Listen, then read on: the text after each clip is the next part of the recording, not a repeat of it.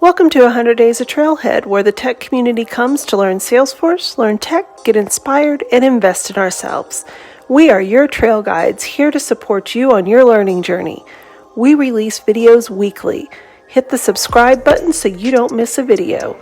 In the description below, you can find links for everything we mention in this video, as well as books and resources we found useful. Visit our blog, 100daysoftrailhead.com, for other helpful Salesforce and tech content. Have you ever needed to quickly aggregate data in your instance or need a total count? SOQL is a quick way to accomplish these tasks and many more. In this video, Michelle Bura is walking you through when and how to use SOQL. Michelle Bura is a 3-time Salesforce certified administrator who is passionate about helping others.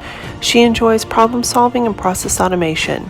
Michelle entered the Salesforce ecosystem in 2014 and has served as a Lightning Champion, Salesforce Saturday Atlanta founder and leader, and Atlanta Salesforce Admin User Group leader. She is also a 2 times Rad Women graduate. Your quest, should you choose to take it, is to journey with us while we explore SOQL. Your quest begins now. Hello, today I'm going to walk you through the basics of SOQL and explain what SOQL is.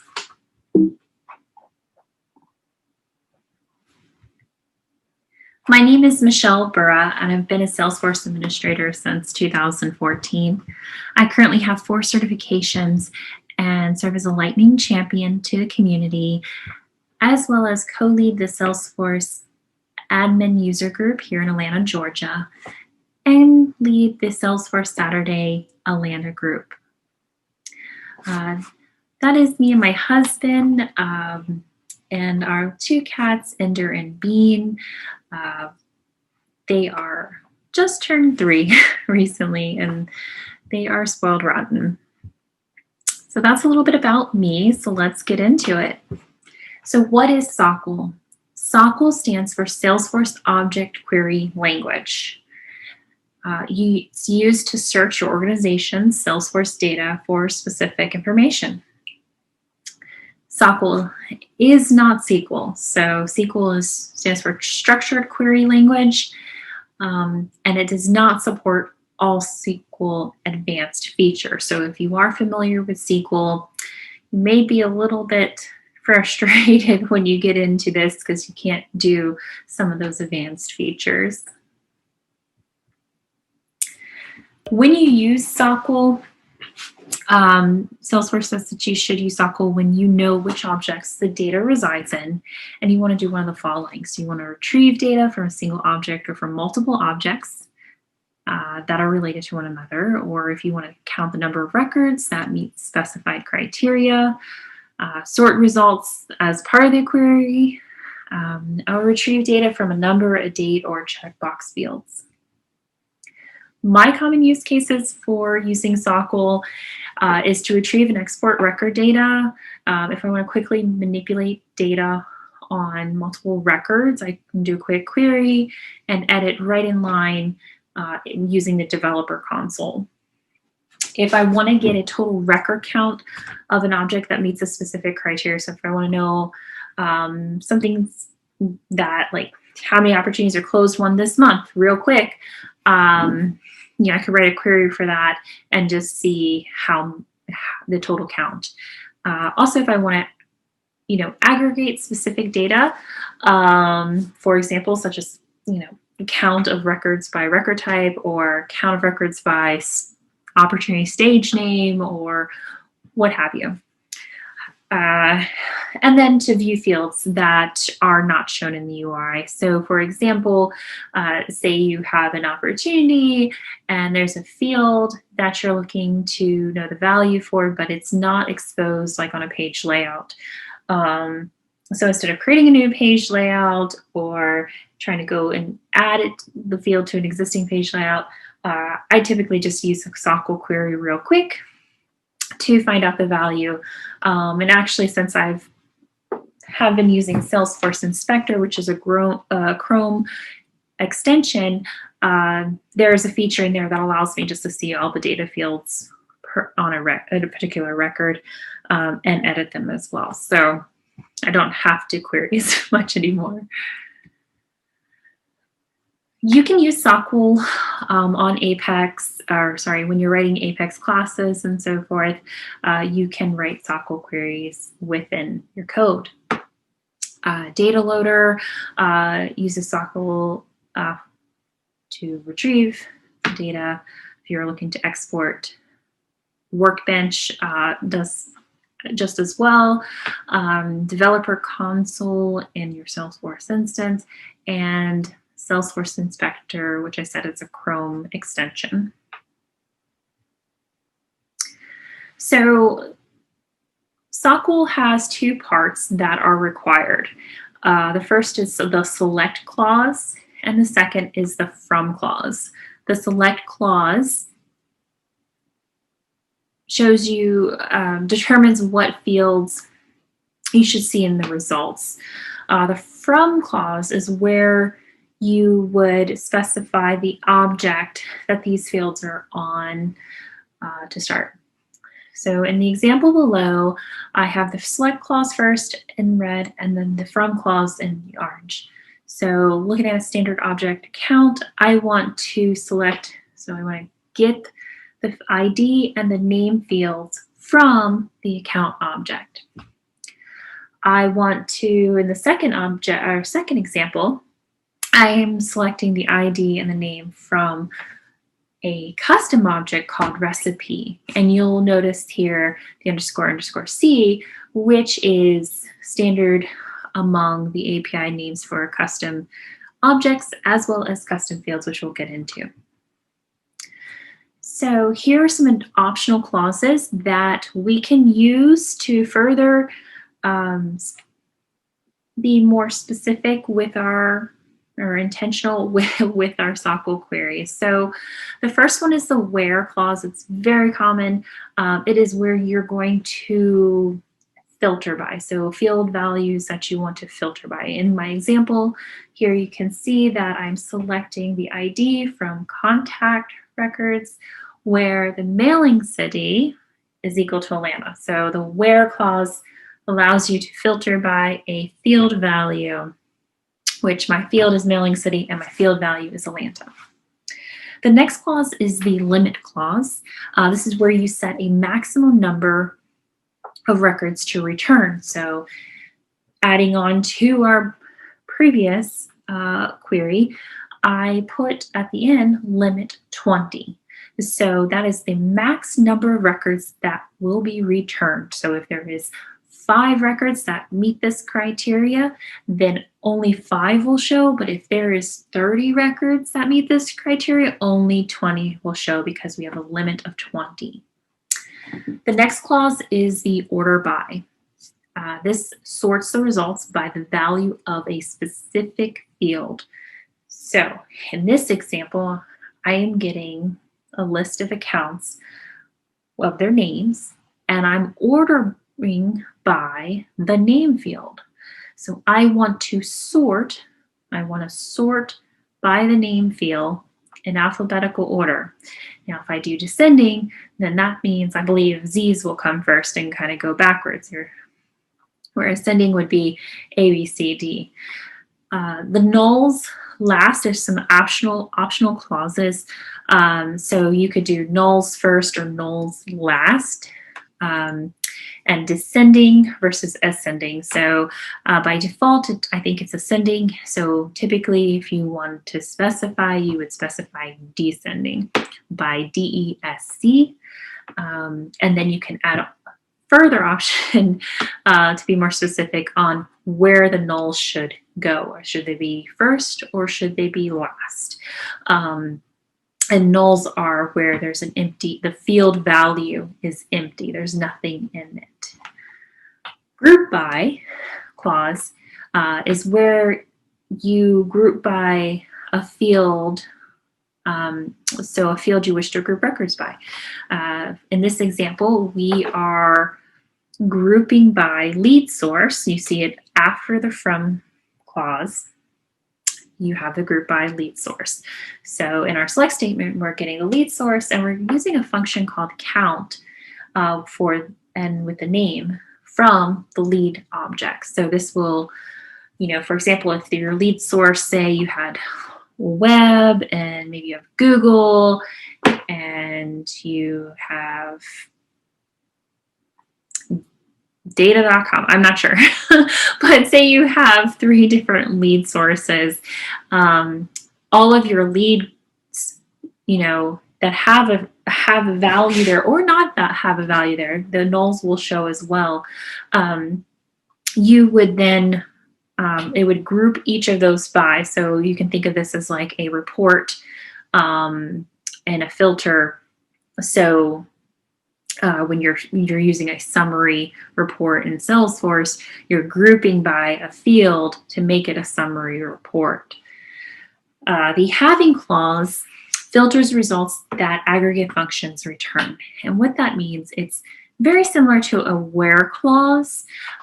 So, in this example here, it's getting duplicate names for the account. So if we use the group by and the having, that allows us to kind of filter down on the groups. So for example, we're grouping by name on the account, and we're using our function count, and we're doing it by ID.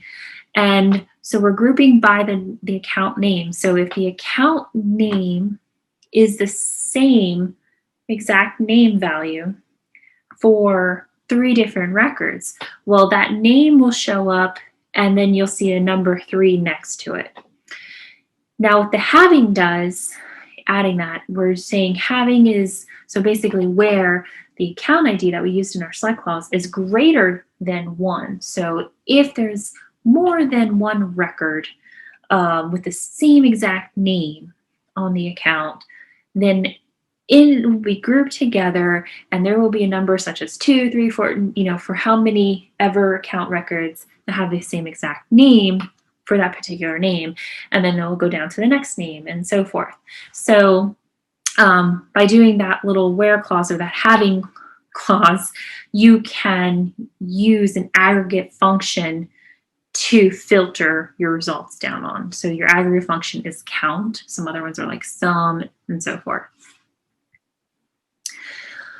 Custom fields and objects. So when we're working with the queries, we kind of highlighted this a few slides back, but we're using the API names. So for custom objects and custom fields, the API names typically, well, they do end with __C. There's metadata types and some other types of ways where you can create custom fields that would have something else besides __C. It would be __MDD or something like that. So we won't go too much into that.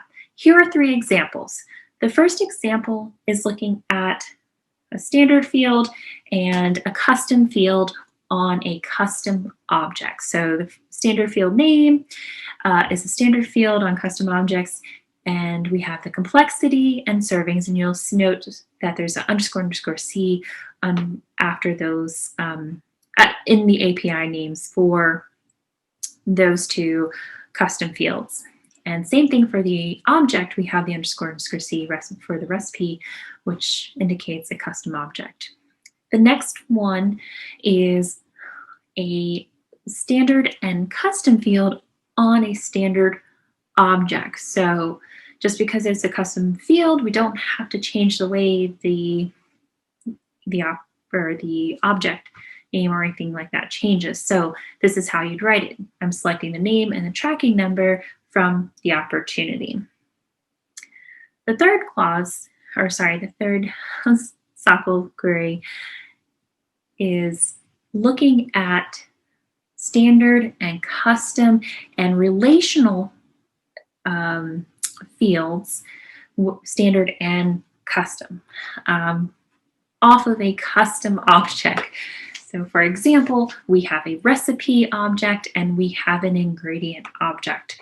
The ingredient object is what we're basing this query off of. We're starting from an ingredient record and we are getting the name and the measurement field, but this ingredient record has a lookup to recipe. And it may be a lookup or it may be a master detail relationship, but there is some kind of relationship there. and the field is called recipe. Now notice you'll have the __r, and we're using dot notation for dot name to get the name of the recipe, and then the recipe, we're getting the serving. So this is some of the formatting that you will see. We'll go more into it. Here we go, relationships. So as we all know, in Salesforce, an account is the parent of a contact, right? The contact has a lookup to, has a relational field to account, and the account has can have many contact records, right? So when we look at relationships and we discuss in regards to SOQL, there are two ways that we can go about this, right? We can try to query from the account to the contact. So that's querying from the parent to the child. In that case, the relationship name that we would use is contacts. If we are going from the child to the parent, which is the contact, and we're looking up to the parent, then we just use the normal relationship name, which is account. So more to that, the child to parent relationship is typically a many to one. So we have many contacts to one account, right? And then we can use the dot notation, so the dot operator, to specify these relationships. So in the example here, we have the standard object called contact, and we want to grab the ID, the name, and then we have a lookup field called account, because the contact looks up to the account record. So if you go to a contact record, there's actually a field in there called account. And so I'm going to do the dot notation and then type in name, which is a field, the name of a field, an API name, on the account object. The next relationship is a parent to child. So this relationship, like I said, is typically a one-to-many relationship. So we have one account where we can have possibly multiple children, many children, right?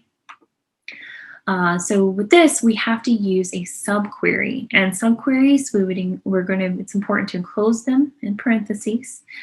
The outer query in this will be the parent, and the inner query, the one that we're putting in the parentheses, will be the child or children that we're trying to get. So the from clause in the subquery will use the plural name of the object. So what that looks like is we are going to start from the account, and we want to get the name of the account, and then we want to get the last name for all of the child contacts. And the way that we specify that is we do our first, I like to start with where we're starting at. So if we're doing a parent to child, I will start with the parent and do select name from account. And then I go back and edit it to put in my subquery. So my subquery is getting the last name from contact object. So I do select last name from. And the special part here is the contacts. It is not contact, it is contacts. This is a standard object, and the standard object relationship name between account and contact, when we look down, is contacts. And we'll talk about where you can find that. So here it is.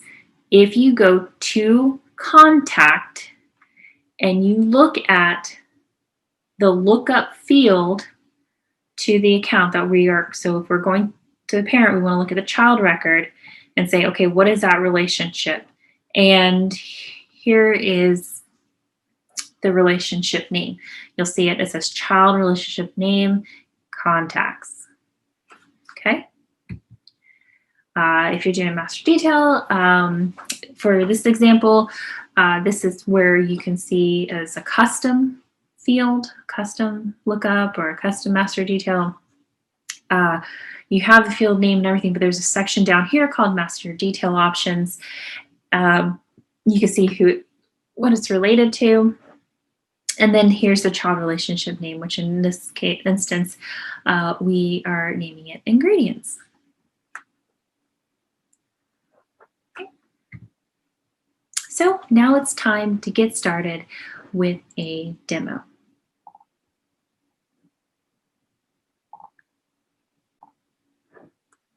All right, so now I'm in my dev org, and let's start with the developer console. So I'm going to click on the gear icon, click on developer console, and here we go. So this is the developer console. I'm just going to move things around real quick.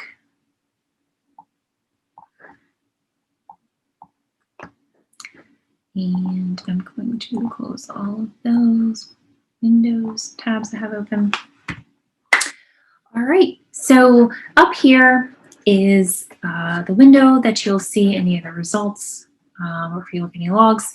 We're going to click down here on Query Editor, and right here is where you can write your SOQL query. Then we'll click Execute to execute the query, and the results will come up here. Something I want to show you that I didn't learn about till way later, but if you click on File and click Open, you can click on the entity type Objects, and then over here you can see all the objects. So I'm going to click on Account. So say I want to make a query off of Account. I'm going to click Open, and it opens it up. So here's all my names, field names, and the type of field they are.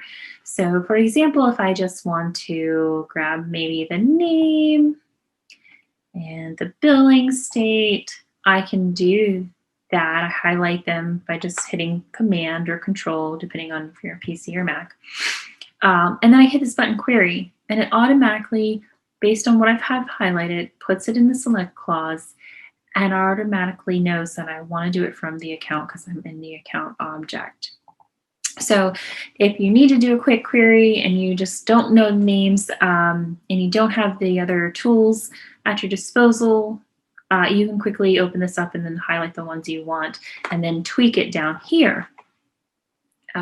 So let's talk about where clauses, right? So let's do an example of that. So let's say I have the name and billing state. Let's do it where the billing state, let's add the field in there, is not equal to null. So I want to make sure that the billing state is in there. And I want to show all of the ones that are available. So let's go ahead and maybe let's show you the limit as well. So let's limit it to 5 records. All right, so I'm going to click Execute. Here are my results. Okay, I have the ID, I have the name, and I have the billing state. And so there is 5 records returned. So that's the limit. So if I take that limit off, let's see how many actually are there. All right, there's a total of 12 records that have the billing state in there. So that limit left off 7. All right, so let's go on to order by. Let's, we could say we have this right now, we have billing state, ID, name. So from the account, now if I wanted to order it by billing state, I could do that. So I could say order by billing state. So now this should sort it because we're not doing descending or nulls or anything specifying that. We're just going to do order by billing state. Click Execute. And now it's the same list, but you'll see it's another tab because it's another query. You'll see that the billing state right here is now in alphabetical order. If I would do descending, and I can do nulls last, but I'm going to take this out so we can get some nulls. So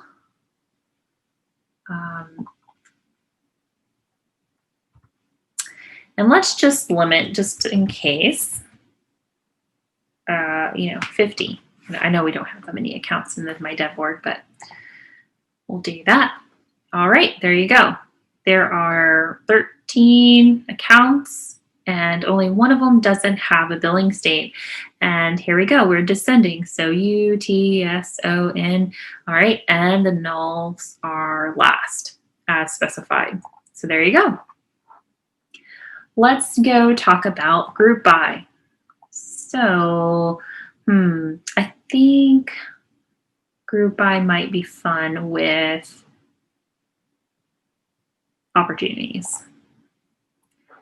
So let me go and show you this in some of the other tools. I'll close out of here.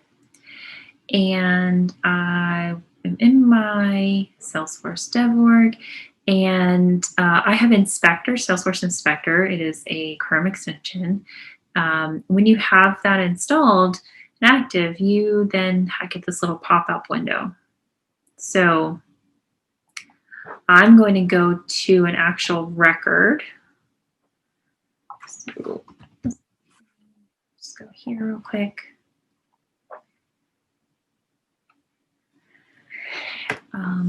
And I'll just look at one of these records. And so here, my recipe is called scrambled eggs. It has, fields on the recipe, and then related to, I have some, these child objects, ingredients, recipe usages, and so forth. So I'm just going to take a peek, click on my Salesforce Inspector. This is a really cool tool. It does allow you to see the Salesforce prefix, the Salesforce record ID, and then if you want to, real quick, I can show you all data for this particular field, so I can see all the different values for the different fields. Here's the API names, here's the label name, tells you the type, is it a Boolean, is it a pick list, and so forth, and those values. And you can even change the values in here by clicking and changing it and then clicking save. I'm going to click cancel for now. And you can even filter if you want to get to it really quick. Like I want the name, so here's some name fields. And, or maybe I want the season. Okay, so there we go. That's a quick way to filter. How you get out is you go and click the back button. This will take you back to your Salesforce record you were on. So now let's go ahead and use it for querying. So I'm going to come down here to data export, and then here will be my queries. So I can write in here the query, and then down here will be the results once I click the button. So we are going to do group by, so we'll do the opportunity. So in here, I like to do, and I do it in lowercase because for some reason it's not programmed to recognize uppercase when it comes to the from statement. So if I do select, I'll just put ID to start with, and then I'll come down here to from. So as I type from, here it goes and suggests all these objects that are in the org. You include the bus, let's see how many objects there are. I'm going to go ahead and minimize that. But I know we're going to go from the opportunity.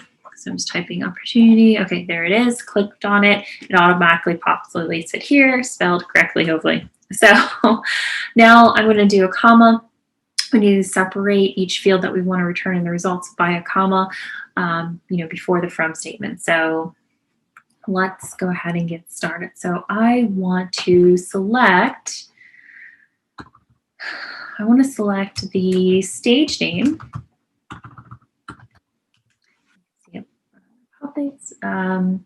And I want to get the count for each stage name. So I'm just going to do count. And it even helps with those functions here, which is nice. So I'll just do ID. Sometimes it needs the field. You could do other fields if you want, but I'm just going to do that. And okay, so we got from opportunity, and now I want to group by. So I'm going to group by the stage name. So with this query, I'm hoping to get a count of opportunity records per each stage name that there's a value in there. So I'm going to click export, And here we go. So here are the different stage names that are being used in the org. And here are the count of opportunity records in each of these stage names at this time. Because we don't have any conditions to say, oh, this, stage name, or created this month, or close one this month, or whatever you may want to do requirements to get it more exact. Okay, so that was an example of how to use Salesforce Inspector, and we did the group by. Now let me try the child and the parent to child. So to talk about those relationships, I have a child to parent relationship with, we just showed the recipe. Well, there's a recipe usage child of recipe. Recipe usage is a junction object. I believe it's a master detail. So it has a recipe usage has a lookup to, or a master detail. So it's the child or the detail of the master, which is recipe. And the other object is cookbook, and it has the cookbook, the recipe usage looks up to the cookbook with a master detail relationship. So I want to look up to the cookbook, and I want to look up to the recipe to get some details about each of those that are on those records. And I'm going to do it starting from the recipe usage. So to me, that is a child record, and I'm looking up to its parents, and it just has two different parent fields. So I'm going to start with my select ID from, and then we'll do recipe usage because that was the object we are starting from. There it is. All right, and now I just want to get some basics. So I'm going to get the cookbook. All right, so that's just going to give me the ID back. But now I want the cookbook name, so that's right up front. So I'll just do that. So now you can see there's a relationship, the r__r dot name to get to that field. And then let's do the recipe real quick. So we got the recipe, and then I want to get the recipe name. So let's do r, and I'll do dot name. And let's do custom field. So recipe, and we'll do, here we go. Now we'll see all the recipe fields. And I know there's one called draft. So let's take a peek at that. I'm going to delete the last comma because we can't have a comma before from. All right, and there we go. And so I know the one we were on was called scrambled eggs. So I can add a where clause on here real quick if I want to with recipe dot name. So __r dot name. We'll say equals, and I know it's called scrambled eggs. All right. And when you're doing a text field or a text like that, you need to have the single quote on each side of it for text fields. Click export. All right, there we go. I found the record. We have the cookbook ID, we have the cookbook name, we have the recipe ID, and we have the recipe name, as well as the custom field on the custom object, which was draft. So, and that value is false. So there's an example of a parent, a child to a parent. So those are really easy using the dot notation. A little bit more complicated will be a parent to child. So keeping up with this, so we have recipe records, and one of the child records are ingredients, the ingredient object. So for example, a recipe can have multiple ingredients, right, to create it. So let's go ahead and do a parent to child, meaning let's start with the recipe and do a subquery to get all the ingredients related to that particular recipe. So here I can go and say, let's start with our select statement. And I like to start with things I know I'm going to get. So now I'll get the ID and then the from. So let's get that in there. So it's going to be from the recipe object. So I know I want the name of the recipe, and I want the time, like how long it's going to take, which is called duration. I know there's a serving, so I can see the servings amount. Cool. So I'll just stick with that. I'm going to leave my comma because we're going to do a subquery. And so doing the subquery, we got to, have the parentheses, right? And you're going to have a select statement in there. So subquery. So select. What are we going to select? Well, let's get the name of the ingredient. And I'll just do from first and do ingredients. Now, this doesn't advise you correctly because it's looking as like its own different clause, which it is.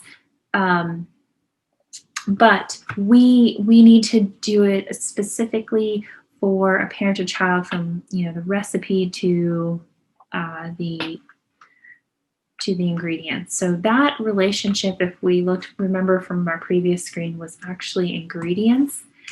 And so I want to make sure I put that S in there.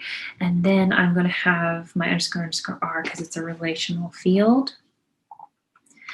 So I'm going to go back here now and select those fields that I want. So I know I want the name.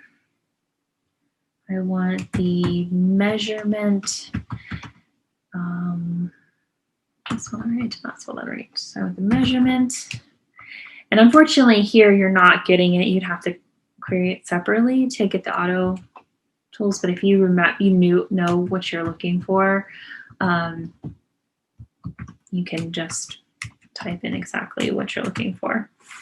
All right, so this query should get me the recipe. And let's go ahead and actually just get the particular recipe I want. So I want it where recipe.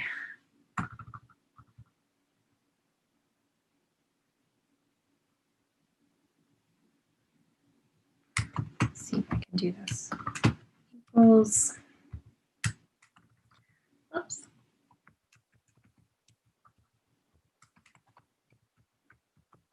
Scrambled eggs.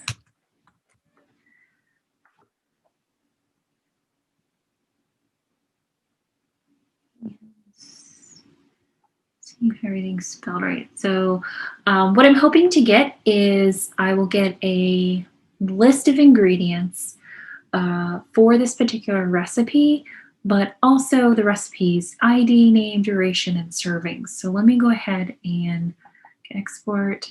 Oh, no, I messed up.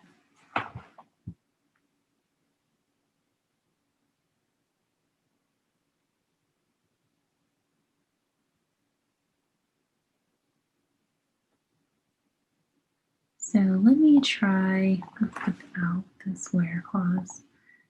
Okay. So I didn't like my where clause, but that's okay. This is good enough. I only have 2 recipes in here. So this is going to return the ID, name, duration, servings for each of these recipes, along with the ingredients, name, measurement, and measurement type. So the way that this is displayed is, here is my name, I have my ID, I have my name, I have the duration, I have the amount of servings, and then we go on to the ingredients. So that's child subquery. So as we look, here's the child subquery. The first ingredient for the first recipe was eggs with 3 cups. So you got the measurement type, and then you see it repeats it for each ingredient record there is. Same thing down here with the second one. It starts with the first ingredient that it finds and then goes with the second until all the ingredients, measurements, and measurement types are listed for each ingredient record related to that recipe. Awesome. All right, so that is the child to parent, parent to child. We showed group by, order by. We got the Salesforce Inspector, and we did developer console. So let me show you real quick the Workbench. So Workbench is you'll go to workbench.developerforce.com. You'll come to this page, and I'm in developer work, so I'm going to use the production, but you have a sandbox option as well. Click on login to Salesforce. And because I'm logged into this, it kind of recognizes it, but also just double check here to make sure your information is correct and you're on the right org. When you come up here to Workbench to go to a SOQL query, you're going to go Queries, SOQL Query. And the way that you use this, you start out by selecting an object. So I'll just select account real quick. And then you can select the field. So maybe I want the billing address and the city. And billing state. I got a whole bunch. I pushed the wrong button. So city.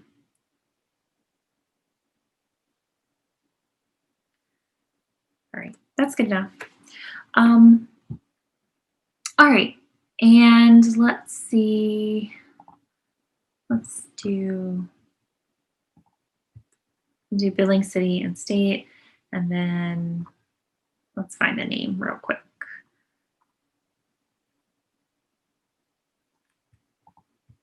Okay, from the account. So then now that I selected the fields that I want, it's it's kind of building your query down here.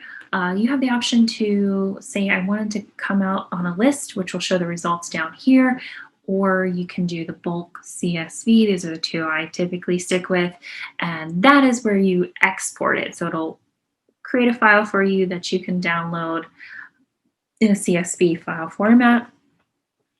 Over here, you can exclude or include deleted archive records. I think it's typically on excluding. Your sort by results. So this is your order by clause. So you would specify what you want to sort by. So I'm going to do billing state. And then you have over here, you can do like, this is that ascending or descending. And then you have a nulls first and nulls last that we talked about. And then this is if you wanted to set a max amount of records that are returned. So this is your limit clause. So I'll just put 20 in there. And then the filter results by, so this is your where statement basically. So where billing state equals so-and-so. And if I write it in here, you'll then see the where clause, where billing state Georgia, order by. So just to know that the where clause needs to go first if you're going to have a where clause before order by. And then limit is typically always last. So just to know that order does matter. That's something I didn't cover, but I'm going to take this out because I don't need a clause there. Because I don't know if there's one with Georgia. So I can go ahead and click query. This will provide that list, a max of 20 records. Well, there's only 13 records in my org account records. And so it provided the billing city, it provided the billing state, the name. We sorted records by billing state. So nulls are first, and then you had A, C, G. So sorted by that one. So that's an example of Workbench, a quick tutorial. So hopefully with this you have found it helpful and can start, if you haven't already, start playing around with SOQL.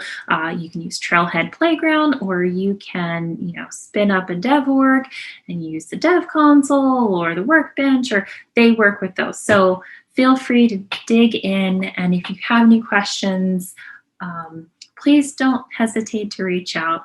I love talking about these kinds of things. But awesome, great job, and good luck. And with that, we're at the end. If you found this video helpful, please hit the like button so we know what content is most helpful to you. If you've used SOQL in other ways that Michelle didn't cover, please share your experiences with SOQL in the comments below. We also want to hear what topics you want us to cover in future videos. We love to hear your thoughts in the comments. If you've made it to this point, we want to take an opportunity to say thank you. Since you've stayed with us, here's a bonus. Michelle says, SOQL is not just for developers, it's a great tool for admins.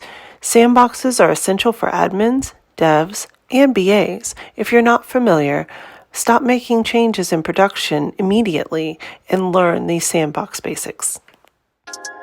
Thank you for spending time with us. Please like and subscribe to our channel because we share weekly content to support your tech and Salesforce learning journey.